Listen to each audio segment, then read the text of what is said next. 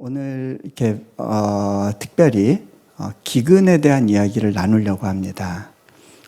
별로 다루고 싶지 않은 주제죠.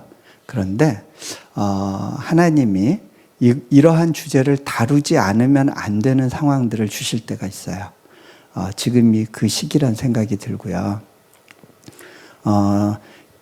특별하게 하나님께서 우리의 삶 가운데 불편함을 허락하시는 시간들, 이 시간들이 가지는 의미에 대해서 여러분들하고 한번 나눠보려고 합니다. 잠깐 기도합니다.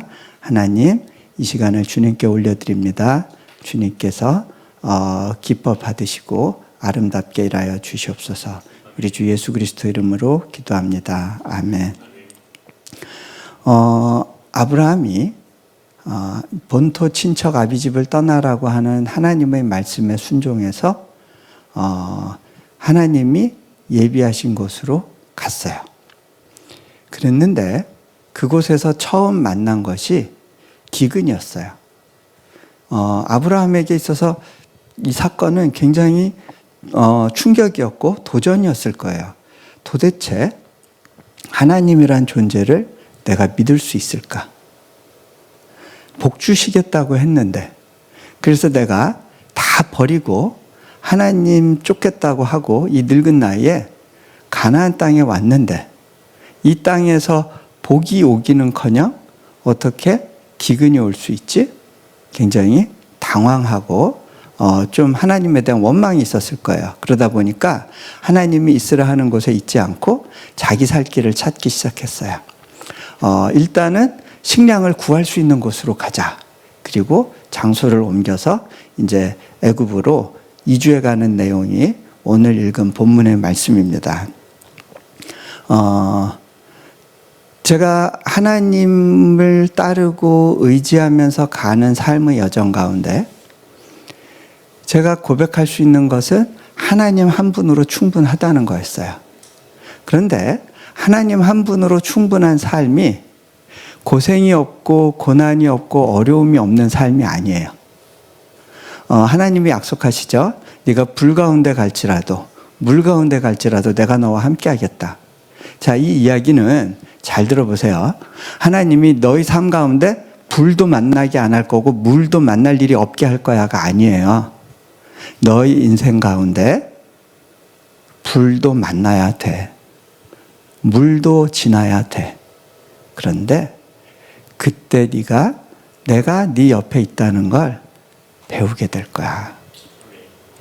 그게 하나님의 말씀이에요. 우리가 가는 삶 가운데 예기치 않은 어려움이 반드시 오게 돼 있어요.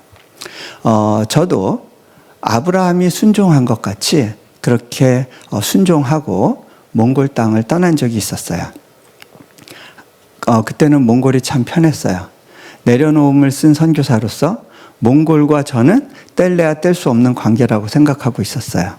그곳에서의 사역이 편했고 그 다음에 이렇게 계속하면 편안하게 그 남은 사역을 할 수 있겠다 생각을 하는 어느 시점에 하나님께서 불편한 마음을 주셨고 떠나야 된다라는 강한 도전을 주셨어요.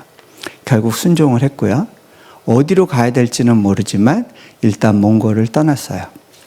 그리고 난 다음에 하나님께서 인도네시아 땅을 보여주셨고, 그래서 인도네시아 땅에 딱 들어갈 때 저는 이런 느낌이었어요. 이제 하나님께서 내 어깨에 날개를 달아주시겠구나. 하늘을 날면서 불을 던지는 사역을 할 수 있을 거야. 그렇게 아주 큰 기대를 가지고 인도네시아에 갔어요. 그런데 제가 가서 배운 것은 날개는커녕 손발을 묶으시는 하나님을 경험을 했어요. 제가 가보니까 그 교육부가 특별히 지금부터는 대학 신규 허가를 내주지 않겠다고 하는 모라토리움을 선언하게 됐어요. 뿐만 아니라 그곳에서 제가 이렇게 1년을 지나면서 보니까 이 땅에서는 아무것도 할 수 없는 곳이라는 걸 배우게 됐어요. 세계 최대의 이슬람 국가, 거기에서 뭐 기독교 학교를 한다? 그거는 인도네시아의 아주 능력 있는 정치인이라고 하더라도 할 수 없는 일이라는 어느 누구도 그거에 대해서 기대를 하지도 않을 뿐만 아니라 제가 그 일을 위해서 왔다고 그러니까 다들 안 됐다는 눈으로 저를 바라보고 있는 것을 이제 느끼게 됐어요. 진짜 겪어보니까 여기서는 아무것도 안 되겠구나라는 생각이 들 어느 시점에 이제 제가 이제 육체적인 어려움 때문에 이제 병원 신세를 지게 됐는데요.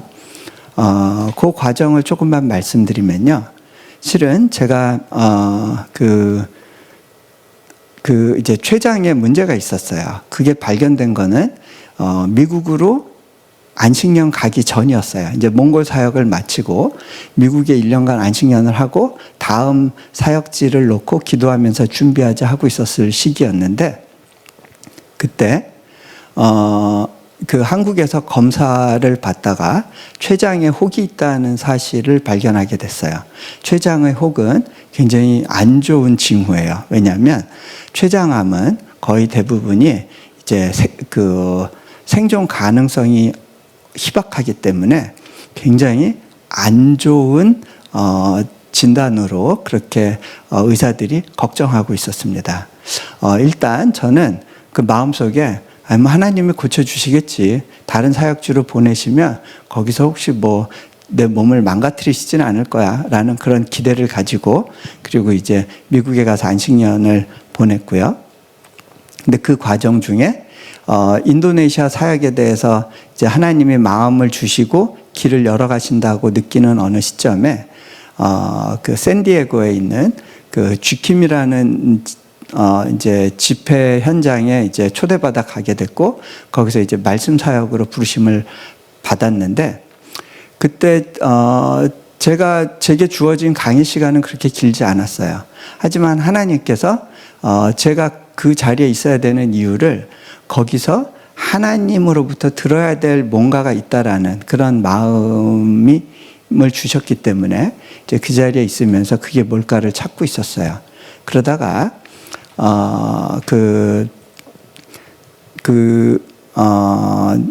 한 장로님을 만나게 됐어요. 그 김하중 대사님의 대사를 역임하셨던 이제 장로님이 그래서 같이 이제 말씀 사역을 하고 있었던 중이었는데 제가 그 강사분들께 저를 놓고 한번 기도해 주세요 하고 이렇게 기도 요청을 했을 때 그 장로님께서 내가 골방에 가서 기도하고 나중에 그 기도의 결과에 대해서 나눠주겠다고 하시고 그리고 이제 골방으로 들어가셔서 저의 문제를 놓고 씨름하면서 기도하시는 시간이 있었어요. 그리고 나오시면서 이렇게 기도 편지를 들고 나오셨는데 저에게 이렇게 이야기를 해주시더라고요. 선교사님 어디로 떠나시나 봐요. 그래서 예, 저 실은 몽골 사역을 정리하고 나왔어요. 하나님이 새로운 곳으로 보내신다고 하시네요. 네, 실은 제가 인도네시아에서의 초청을 놓고 지금 깊이 기도하고 응답을 구하는 중이에요. 하나님께서 그곳에서 도울 손들을 붙이실 겁니다. 그러면서 한 가지 더 물어보세요. 그게 뭐였냐면 혹시 몸에 이상이 있으세요? 그때 딱 생각난 게 실은 췌장에 혹이 있는데 이 부분을 놓고 기도하고 있었어요. 그 기도하시고 받으신 내용이라고 그러면서 뭐라고 말씀을 하시냐면 건강에 어려움이 있을 터이니 특별히 건강에 유의하라라는 그런 말씀을 주시네요. 그렇게 이야기를 하시는 거예요. 한번 생각해 보세요, 여러분. 하나님이 건강에 유의하라라고 말씀을 주신다는 거는 제가 아프길 원하시는 거예요? 원하지 않는 거예요? 원하지 않으시는 거잖아요. 그런데 아플 거라는 말이 이해가 되세요? 하나님은 고쳐주실 수 있는 분이잖아요. 원하시는 대로 하실 수 있는 분이잖아요. 그런데 하나님께서 네가 아프길 원하지 않아. 그런데 네가 아프게 될 텐데 그 과정을 잘 이겼으면 좋겠다. 이런 메시지를 주시는 거거든요. 제가 아마 영적으로나 여러 가지로 어리고 약하니까 그런 특별한 어떤 하나님의 어떤 위로의 말씀이 필요했을 것 같아요. 그랬는데 문제는 그 부분이 이해가 될 듯 안 될 듯, 머릿속으로는 마음으로는 이해가 됐어요. 근데 머릿속으로는 그거를 잘 이렇게 설명하고 정리할 수 없겠다, 그런 생각이 있었어요. 결국 거기서 제가 나름대로는 하나님께서 치유해 주시기를 위해서 기도도 했고, 또 이렇게 하나님의 인도하심을 구하다가 다시 인도네시아 가기 전에 한국 들러서 검사를 받았는데, 이제 조직 검사를 했는데, 이 종양은 반드시 제거해야 되는 종양입니다. 악성으로 발전할 소지가 많기 때문에 제거해야 되는데, 그걸 제거하려면 췌장의 많은 부분을 절단할 뿐만 아니라 비장이라는 기관도 드러내야 된대요. 그러면 이제 면역력에 문제가 생겨요. 인도네시아에서 사역하기 어려워지는 거죠. 그래서 저는 하나님 웬만하면 좀 그냥 낫게 해주세요. 저를 인도네시아로 부르시면서 이렇게 아프게 하시면 제가 가서 사역을 할 수가 없습니다. 그러면서 하나님께 구했어요. 좀 안 되겠다 싶어가지고 제가 신뢰할 만한 여러분들에게 이제 기도 요청을 하고 같이 기도하자고 해서 기도를 했는데, 공통적으로 이 기도 가운데 이제 그 받으신 메시지가 수술 받아야 된다는 거였어요. 수술을 받아라, 여호와의 돕는 손이 함께 할 거다, 뭐 이제 그런 메시지였어요. 근데 여러분 한번 생각해 보세요. 여호와의 돕는 손이 함께 하시면 수술 받을 필요가 없는 거 아닌가요? 근데 수술을 받으라는 거예요. 저는 그게 어떤 맥락인지 여전히 잘 이해는 안 됐어요. 어쨌든 병원 의사 선생님을 신뢰하기로 했고 그분께 맡기기로 했는데, 왠지 기왕이면 저를 좀 알고 그 다음에 저의 선교 사역에 대해서 존중하고 배려하는 분한테 수술을 받으면 좋겠다는 생각이 있어서 이제 이렇게 기도하던 중에 그 몽골에서 한때 의료 선교사로 계셨던 박관태 선생님이란 분이 생각이 났어요. 그때 고대 안암병원에 계시더라고요. 제가 연락을 했더니 그분이 이제 빨리 와보라고, 그 차트 가지고 오라고. 근데 그분이 그런 이야기를 해주세요. 보통은 이제 의사들이 안전하게 하는 이제 교과서적인 방법은 췌장을 3분의 1을 절개하는 건데, 근데 선교사님은 그렇게 하면 선교지에서 어려움이 많을 겁니다. 제가 좀 굉장히 고난도의 수술이긴 한데, 좀 위험 부담도 있긴 한데, 그 혹만 제거하는 수술이 있어요. 제가 한번 그 수술을 도전해 보겠다고. 근데 저도 한번 기도해 볼게요. 그러면서 이제 마침 제가 책이 한 권 나왔는데, 제 간증집인데 이거 한 권 선물로 드릴게요 하면서 주셨는데, 그 책 제목이 뭐냐면 나를 도우시는 하나님의 손이었어요. 네. 하나님의 손이 함께 하신다고 한 게 딱 그 책 제목으로 있는 걸 보면서, 이분한테 수술 받으라고 하나님이 인도해 주시는 과정이구나, 딱 느껴졌어요. 그리고 제가 그분한테 수술 받기로 하고 이제 인도네시아로 들어갔죠. 그리고 한 학기 언어 과정을 마치고 한국 나와서 수술을 받게 됐는데, 수술이 처음엔 잘 끝났어요.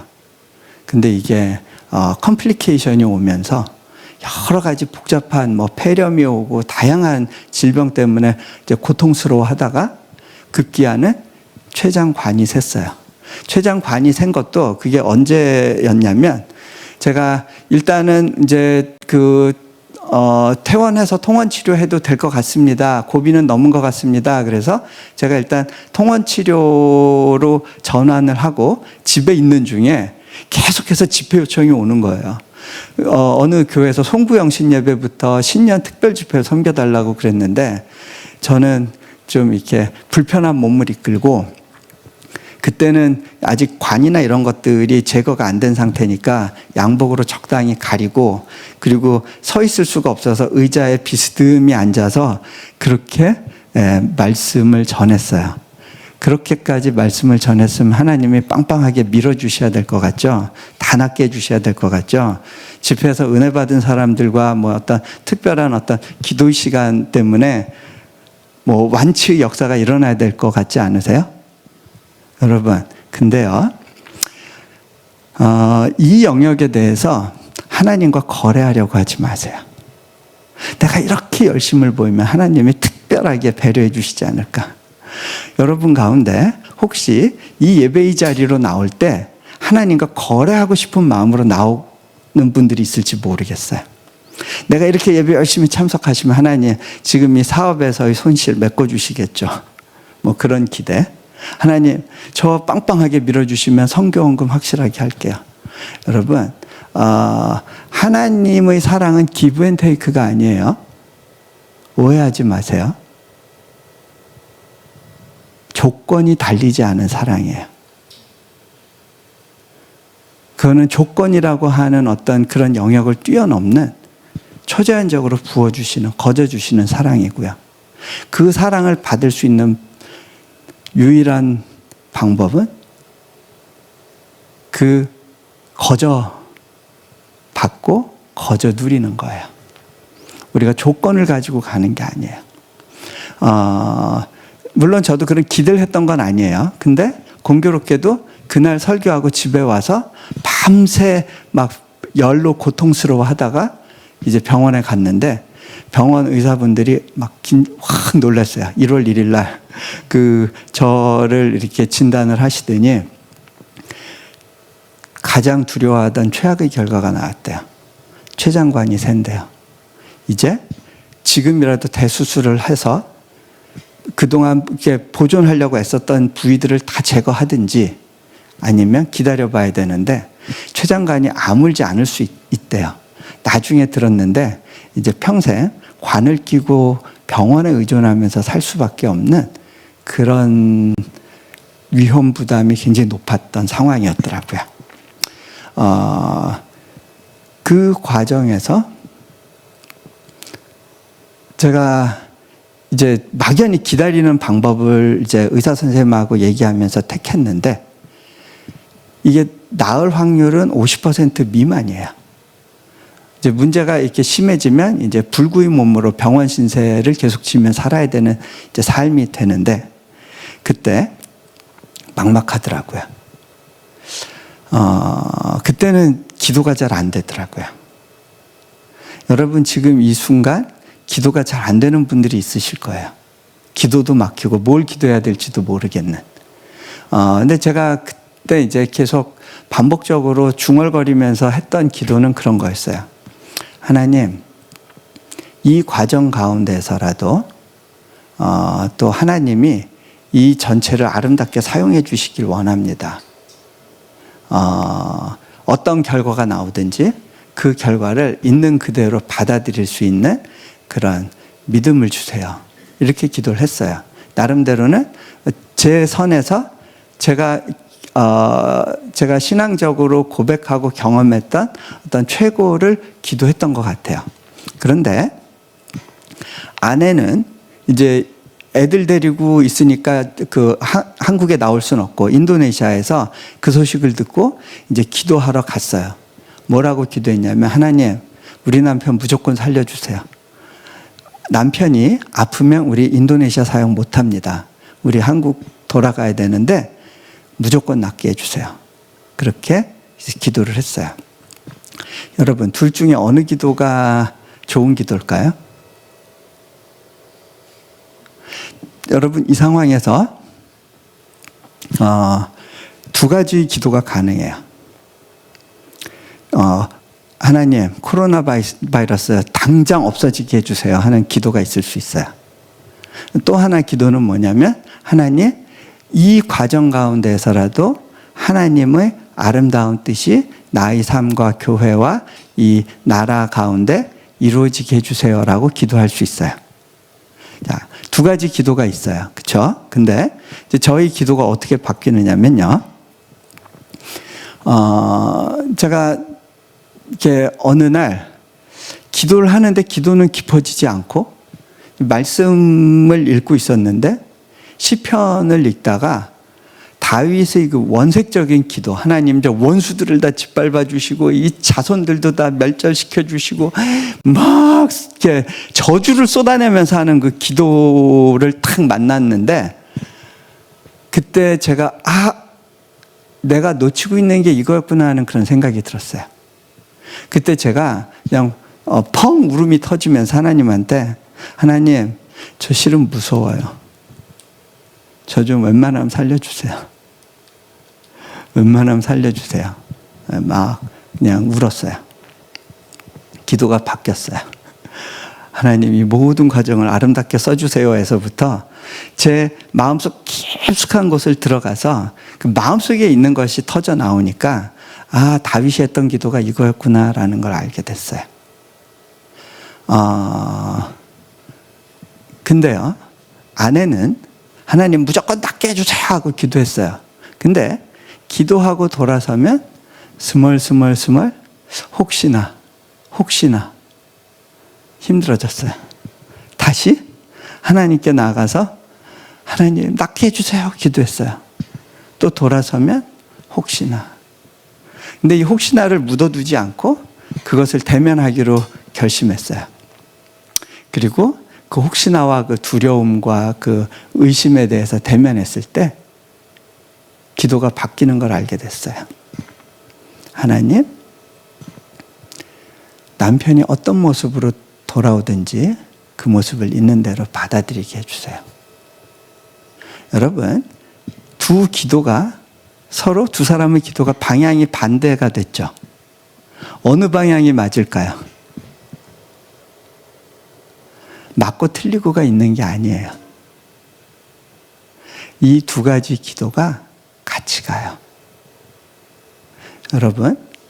여러분이 처음 시작할 때는요, 하나님, 이 코로나 바이러스 빨리 없어지게 해주세요라고 기도가 시작됐을 거예요. 근데요, 일단 그렇게 기도하는 게 참 중요해요. 어떤 시작이든 여러분이 지금 현재 느끼고 있는 어떤 필요를 가지고 하나님 앞에 부르짖는 시간이 필요해요.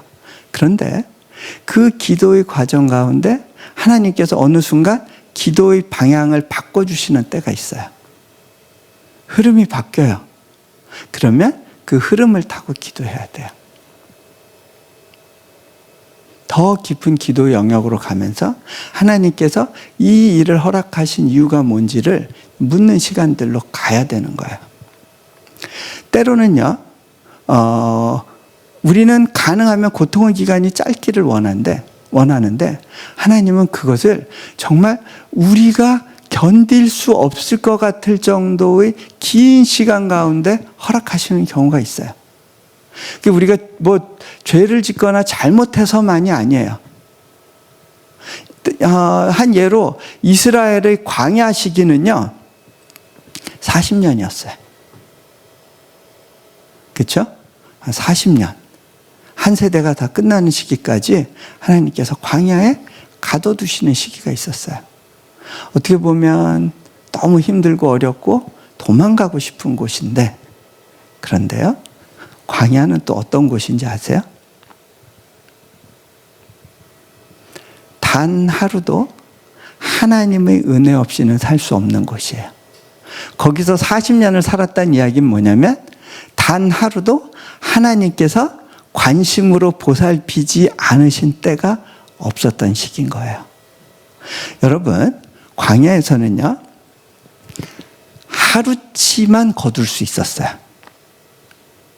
하나님 입장에서 보면요, 우리도 그렇잖아요. 애들한테 용돈 줄 때 매일 1불씩 주는 거 힘들어요. 그죠? 잔돈 많이 모아야 되고 매일 쿼터 하나씩 너 잘할 때마다 쿼터 하나씩 줄게. 이게 편해요? 아니면 그래 너 이거 한 달치 용돈이야. 아니 이거 2달치 용돈이야. 이 안에서 써. 이게 편하겠어요? 하나님께서 왜 하루치씩만 만나를 거두게 하셨을까요? 하나님 입장에서 보면 굉장히 귀찮은 일이에요. 근데 왜 그 귀찮은 일을 감수하실까요? 뭘 가르치시는 거예요? 하루의 은혜로 사는 법을 가르치시는 거예요. 날마다의 공급을 하나님께 의지하는 법을 배우게 하는 시기예요. 그래서요, 그 시기는 이런 거예요. 아, 이번 달 렌트는 어떻게든 커버를 했는데 다음 달 렌트비는 무슨 수로 내냐? 이런 상황인 거예요. 내일 일은 난 몰라요. 하루하루 살아요. 여러분, 그건 찬송가에만 있는 얘기가 아니에요. 우리 삶의 현실이에요. 여러분이 이민 와서 살았던 어느 일정 기간의 시간은 정말 내일은 뭐 먹고 살지? 오늘은 은혜로 이걸 다 처리했는데 이제 다음 달은 어떻게 하지? 근데 늘 그렇게 고민하면서 살았는데 돌아보면 어떠세요? 굶은 적보다는 먹은 적이 더 많죠? 이제 뱃살 가지고 좀 불편해하는 시간들이 더 많죠? 왜 그래요? 여러분, 근데 여러분, 원래 이렇게 되는 거였어요. 걱정 안 해도 되는 거였거든요. 근데 우리는 항상 얘기해요. 과거에 이렇게 채워주신 하나님. 근데 내일 하루를 또 공급해 주실 거에 대한 기대는 없어요. 제가 인도네시아에 가서 허가 작업도 너무너무 지난한 문제였지만 학교를 시작하려면 건물을 지어야 되고 엄청난 재정이 들잖아요. 근데 그때는 한국 교회가 선교에 대한 관심이 식어질 때였고 그 어느 큰 교회 중에서 뭐 돕겠다 하는 교회가 없을 때였어요. 하나님, 재정적으로 앞으로 어려워질 텐데 도와줄 교회가 없을 텐데 하나님 어떻게 하죠? 그때 하나님이 제게 주셨던 강력한 메시지가 있었어요. 세상에 있는 것들을 의지하지 말라는 거예요. 하나님께서 새로운 리소스를 만드실 거라는 거예요. 네가 한 번도 본 적이 없고 경험해보지 못했던 리소스를 만들 거다. 결국 그렇게 됐어요. 저희 건축하고 나서 그 재정 현황을 딱 해보니까 교회로부터의 재정 후원은 7% 미만이었어요. 기존의 어떤 패턴하고는 다른 방식으로 하나님께서 그 재정을 플로잉 하시는 특별한 은혜를 경험했어요. 여러분, 하나님은 우리를 인도해 가실 때 익숙한 곳으로만 보내지 않으세요. 남들이 간 곳, 익숙한 곳을 찾고 그런 길이 없네? 이건 길이 없나 봐 하고 좌절하고 낙담하고 우울해하지 마세요. 하나님께서 광야로 우리를 몰아가시는 이유는 망하게 하시기 위함이 아니에요. 새로운 길을 여시기 위함이에요.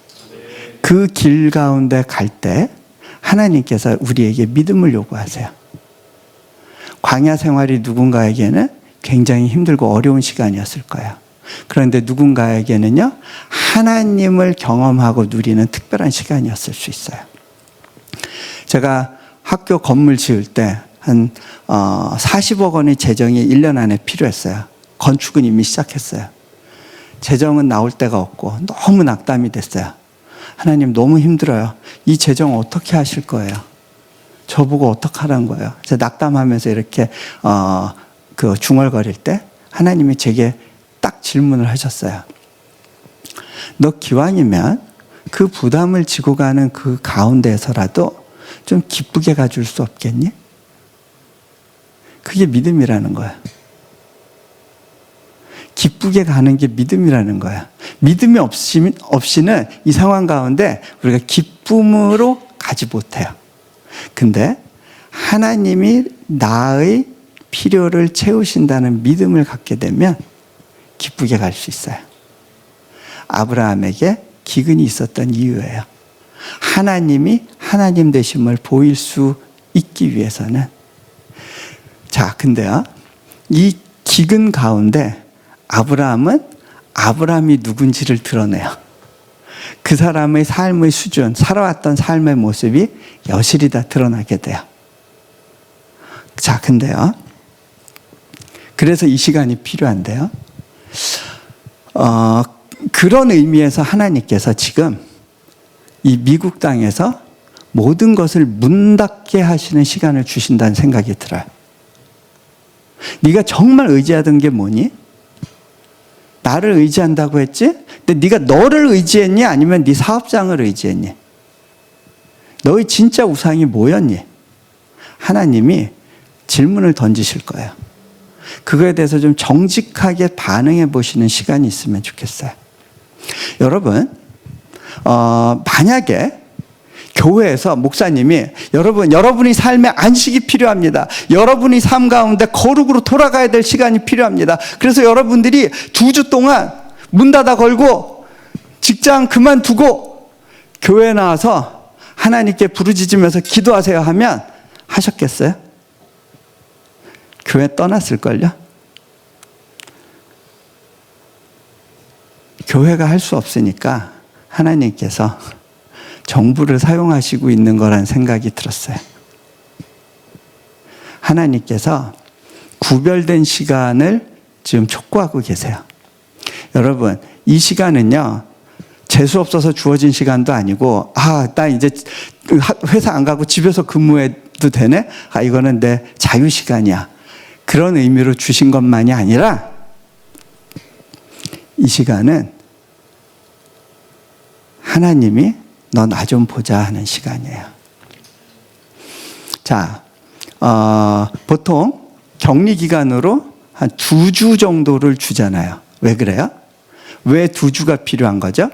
바이러스가 몸에 들어왔을 때 이 몸이 그것을 극복하는 과정이 한 2주 정도가 필요한 거예요. 자, 사람의 몸이 계속되는 반복되는 자극으로부터 벗어나서 좀 뭔가 변화로 나아가기 위해서 걸리는 시간이 있어요. 예를 들어서 늘 이렇게 바쁘게 산 사람들은 아드레날린에 중독이 돼요. 그래서 그런 사람들은요, 하루 쉬라고 그러면 어떻게 쉬어야 되는지를 모르고요, 쉬면 몸이 더 아프대요. 힘들대요. 그게 아드레날린에 중독돼서 그런 거거든요. 그러면 그거를 정상 상태로 몸이 인식하게 돼요. 근데 이게 그 중독이 빠지는데 걸리는 시간이 보통 한 3주 정도 걸린대요. 자, 다니엘이 무릎 꿇고 하나님께 기도했을 때 3주가 지나서 천사가 방문하죠. 왜 3주가 걸렸냐? 이 성경에서는 바사의 국왕이라고 그러는데, 이제 프린스팔리티 그러면 이제 영계의 어떤 영적인 실권자거든요. 어떤 그런 사단의 저항을 받은 거죠. 그래가지고 실제로 다니엘에게 도달하기까지는, 응답은 이미 됐지만 그 응답이 구체적으로 다니엘에게 역사하기까지는 3주라는 시간이 걸렸잖아요. 그게요, 실은요, 우리 몸이 어떤 자극에 대해서 반응하고, 새로운 생각에 대해서 반응하고, 내가 이렇게 살면 안 되는 거였구나라는 걸 깨닫기까지는 시간이 필요한 거예요.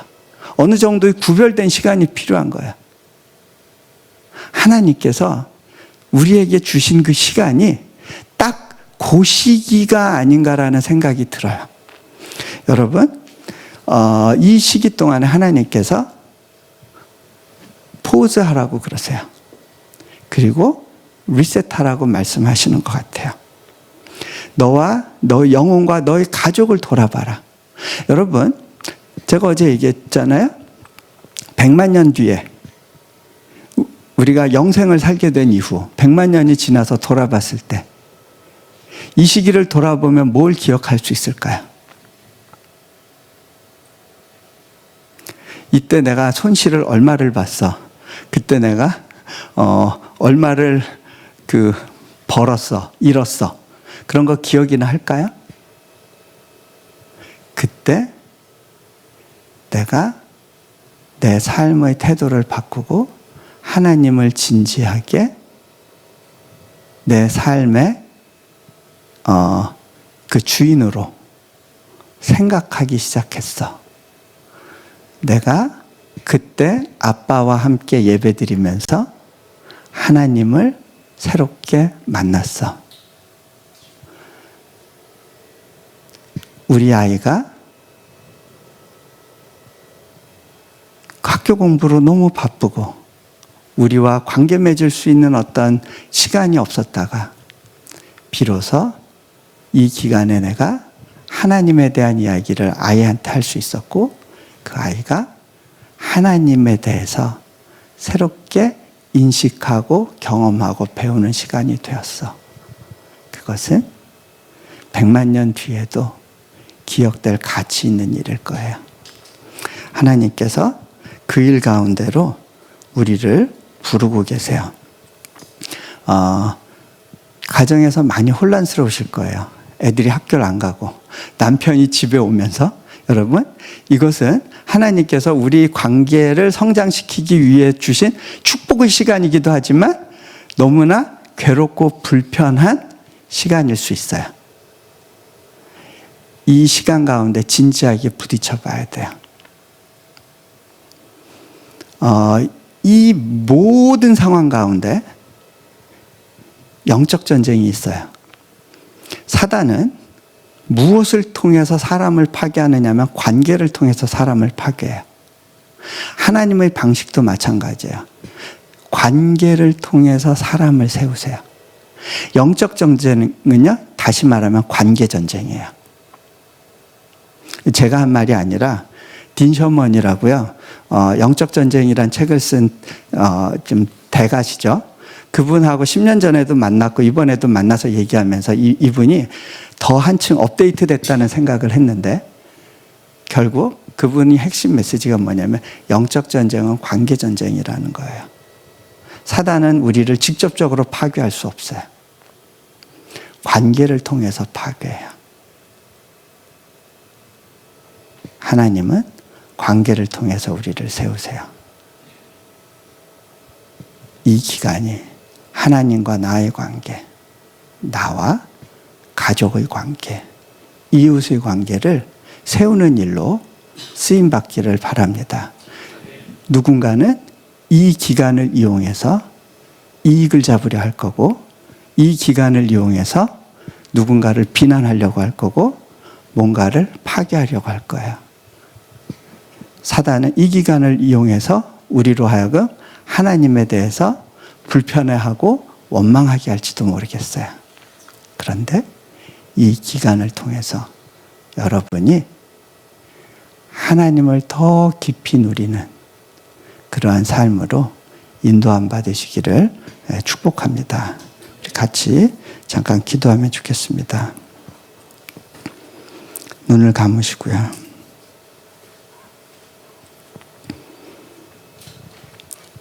여러분 안에 복잡한 기도가 있었을 겁니다. 기도의 줄기가 때로는 잡히지도 않았을 거고, 혼동스럽고, 지금 이 상황이 무슨 상황인지, 왜 지금 내가 이 시점에서 이러고 있어야 되는지, 일할 수 없는 상황이 불편하게 느껴지고, 집안에 갇혀있는 시간이 왠지 갑갑하고 불안해지고, 내가 뭔가 뒤처지는 거 아닐까, 이러다가 병에 걸려 죽는 건 아닐까, 아니면 죽진 않더라도 너무 불편해지지 않을까, 힘들어지지 않을까, 여러 가지 복잡한 생각 때문에 정리되지 않은 가운데 있을지 모르겠어요. 잘 모르겠어도 그냥 기도하세요. 하나님 도와주세요. 이 상황 이길 수 있게 해주세요. 그렇게 하는 거예요.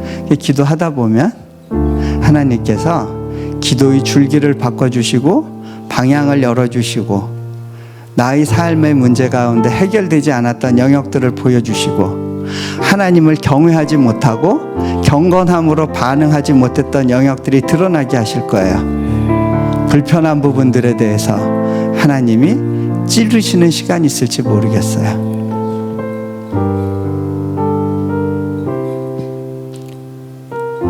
제가 인도네시아 사역 가운데 다양한 어려움 가운데 놓였고 많은 기근의 현장을 지났지만, 제가 거기서 버틸 수 있었던 이유는요, 한 번도 성공을 위해서 살려 하지 않았던 거예요. 내 인생의 목표가 성공이 아니었어요. 그냥 하나님을 더 깊이 알고 누리는 거였어요. 그렇게 살다 보니까 그냥 사역에서의 어떤 놀라운 돌파는 덤으로 같이 오는 걸 배우게 됐어요.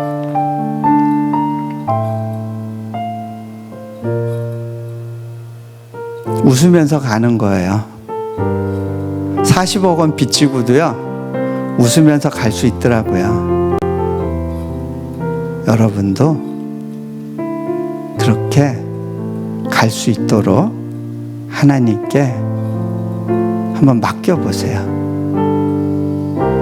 이 시간이 하나님을 누리는 특별한 의미 있는 시간이 되기를 축원합니다.